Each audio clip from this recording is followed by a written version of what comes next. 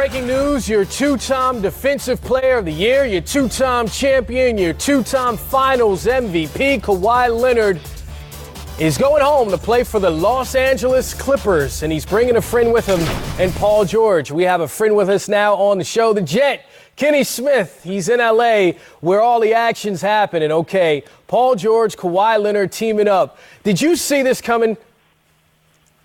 Well, I'm in Los Angeles, and we had an earthquake, but I didn't realize this was it. There was an earthquake earlier, and my son Malloy, I was shouting him out.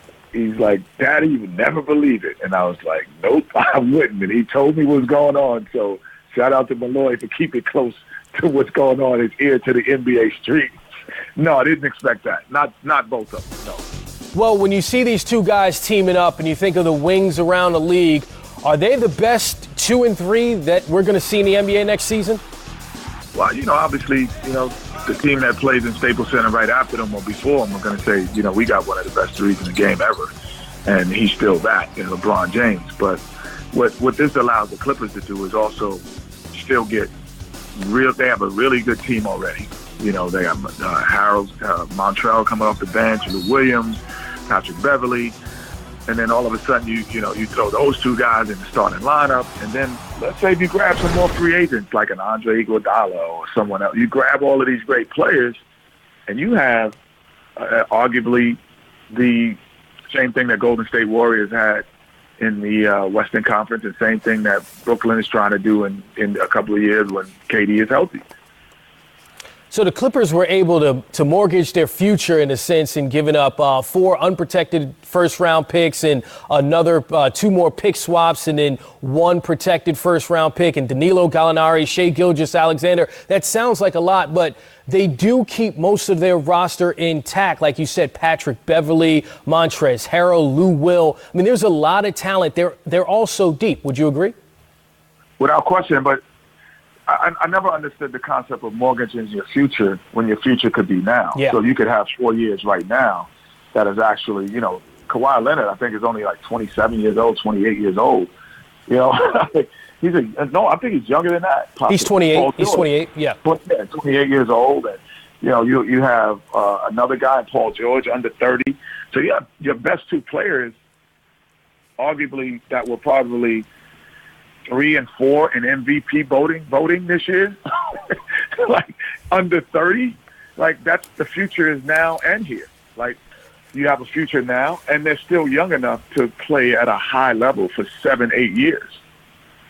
Looking at what the Thunder did in the sense of giving up Paul George and getting a lot of future first-round picks, do you foresee Steven Adams, Russell Westbrook also being on the market? I would say that there's going to be a conversation with Russell Westbrook about what we're doing, because I don't think at his stage of his career he's looking at it and saying, "Hey, I'm looking forward to rebuilding with some young guys who are trying to get some experience." That was the whole reason you brought in Carmelo. That was the whole reason you brought in, Paul George. You brought in guys who were veteran guys who were going for championship runs. So there will be a deep conversation, if it's not already been had, with Russell Westbrook about the future of that franchise.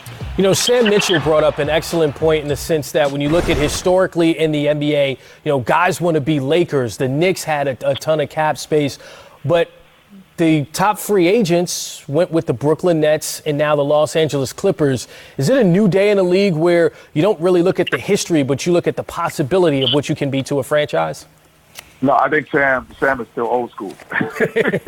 Because, in the last 10 years, guys have shown you that doesn't matter.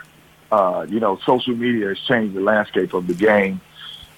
Your information is instant to everyone around the world, which it wasn't only if you played in New York or Los Angeles when we grew up. But LeBron James went back to Cleveland. He went to Miami. He didn't play in the top markets, even though people like Miami as a vacation place. It's not a high market, in terms of a market, so no, guys have changed the landscape, through every social media channel. I can know exactly what's going on with you in that moment, and I can follow you. So, Paul George went to Oklahoma City prior to this. It isn't about small market, big market anymore. It's about, can I win? Oh, am I from there? And the biggest thing, those two guys are from this area in Los Angeles. I've seen Paul George since he was 12, 13 years old playing in, AAU basketball tournaments around here. And, and same almost with Kawhi Leonard being out here. So the call to come home was bigger than the call to stay. That's how I look at it, to me, the call to come home. And then you have, the ownership with the Clippers. You have a unique owner who can, have unique ideas and unique things for his team and his franchise. Why not? Yeah, you mentioned LeBron going back to Miami, kind of setting the tone for this generation. Also coming home, that narrative worked well for him. Looks like Paul George and Kawhi Leonard will try to have that narrative work for them as well. Kenny Smith, appreciate your time. Thank you. Okay, only thing is now, man, me and you, we can't go to New York and leave Atlanta. Where they get we can't get the call to go home. Can't be bigger than the call to stay in Atlanta at TNT for us. Oh, no, I think me going home, no one would pay attention to that anyway. Maybe you're the star that you are. They'd pay attention to that. All right, Kenny, thank you. Okay, so breaking news more now with the Lakers, Wes Wilcox. What are you hearing? So it's been reported that Caldwell Pope going back to the Lakers, 2 years, $16 million. If we're counting this up, adding it up as we go, yep. Danny Green, 15, $8 million or so for Caldwell Pope. Should leave around $11 million or so, maybe almost 13, depending upon how they do it. So we're seeing this come off the board. And this is what we talked about, plan B. What would happen with the domino effect of Kawhi, and we're seeing it happen really quickly.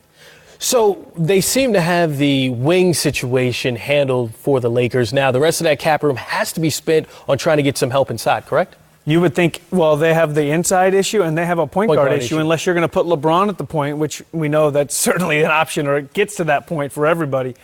But yeah, and that's where you start to wonder, is it going to be DeMarcus Cousins? Is it going to be JaVale McGee? Maybe J. Michael Green? That at this point, people had to wait so long. This has been talked about a lot. The timing effect, it's hard. And Green played for the Clippers last year, and clearly they don't have the cap space for him now. Yeah, unless they use their room team exception, which they still have. 2 years, about $10 million, a starting salary of 4.7. So there's no doubt that they're going to be moving hard on this. And one of the things that's interesting, it's only midnight out there, or 12:30 or so. It is so late. Half the NBA is going to be asleep.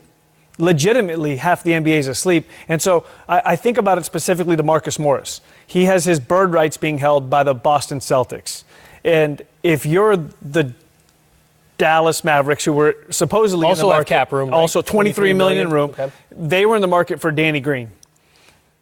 There's $11 million left in LA. You got to believe Marcus Morris is like the next best available player on the market. But the Boston Celtics have bird rights, which means they can exceed the cap to re-sign him. So these teams are going to be pushing to get this thing done, and some of the teams may not just be answering the phone. Certainly the first domino has fallen, though, and what we were all waiting for. We talked about it earlier as far as the trades for DeAndre Hunter and Jackson Hayes as well. Kawhi Leonard, Paul George, now members of the Los Angeles Clippers. A lot for us to discuss. Look, Donovan Mitchell. Oh, wow. I think what doll is that? Is that Ted from those movies? I don't know. It's a teddy bear, though. That wasn't a cake. It was just Woj. That's what Donovan Mitchell is saying. And Dwayne Wade, now that's what I'm talking about. The NBA, man, we know he's been involved in some big moves. LeBron James going back to Miami, or going to Kawhi Leonard and Paul George, now members of the Los Angeles Clippers. Let's bring in Sam Mitchell, who's covering games out in Las Vegas for the NBA Summer League. Sam, you spent time in Toronto. We know what Kawhi Leonard has meant to that team in that city. What does it mean to the league to have him now going to play for the Los Angeles Clippers? Well, I tell you what, man, think about two things in my lifetime. I always grew up where you say the Knicks, the Lakers, the Celtics, the Bulls, those were cornerstone franchises. And now when you look at Kevin Durant and Kyrie Irving turning down the Knicks to go to Brooklyn, and now you're looking at Kawhi Leonard turning down Toronto, a team he just won championship with, and the Los Angeles Lakers with LeBron James and Anthony Davis to go to the Clippers.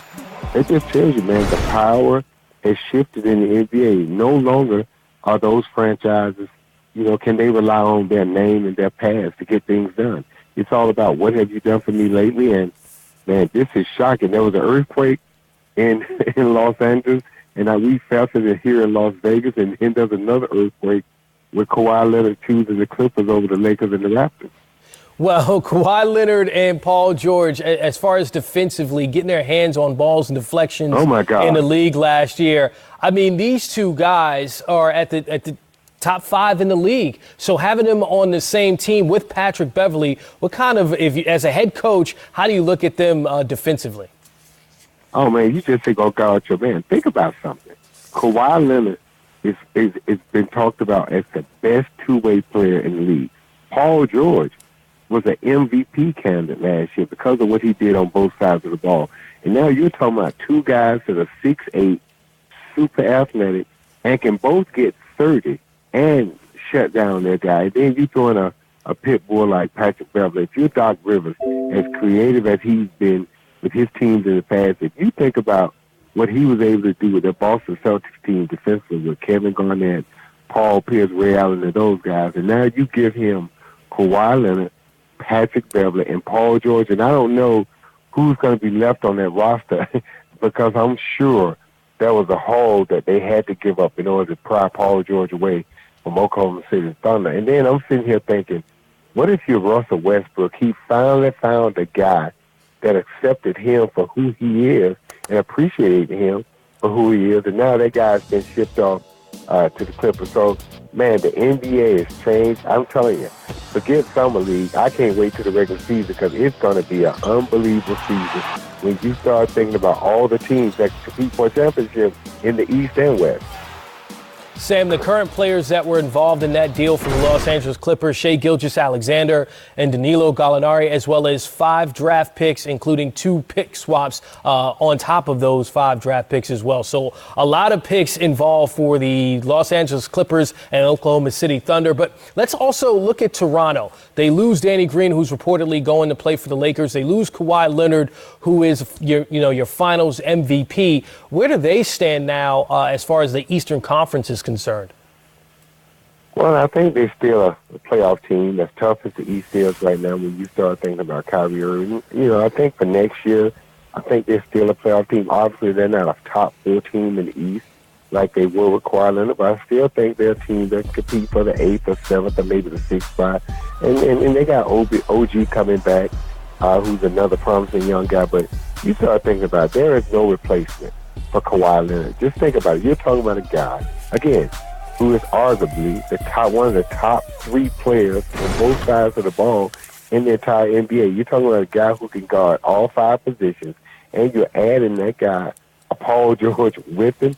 Man, if you're Doc Rivers again, the Clippers just got to be ecstatic right now in order to it's not just get Kawhi Leonard, but your direct competition with the Los Angeles Lakers with LeBron James and Anthony Davis. And the fact that Kawhi Leonard chose the Clippers over the Lakers, that just tells you right now. It's just now, again, the Eastern Conference, the Western Conference, there are ultimately 8 to 10 teams that could compete for a championship. And I'm telling you, this is going to be a wide-open NBA season coming up. And if you're in the league right now, you got to be ecstatic about all the different teams and possibilities because the Lakers and LeBron James are still in it. Don't forget now, they still have $32 million that they can spend now to add 2 players to play with, Anthony Davis and LeBron James. Yeah, certainly a new day in the NBA. Like you said, the Nets and the Clippers having arguably the best offseason in the NBA. Sam Mitchell, appreciate your time. Thank you, my friend. Hey, guys, thank you. Let's get ready for the upcoming season. Absolutely. Okay, again, the breaking news tonight, Kawhi Leonard and Paul George headed to play for the Los Angeles Clippers. We'll be here to break it down with you next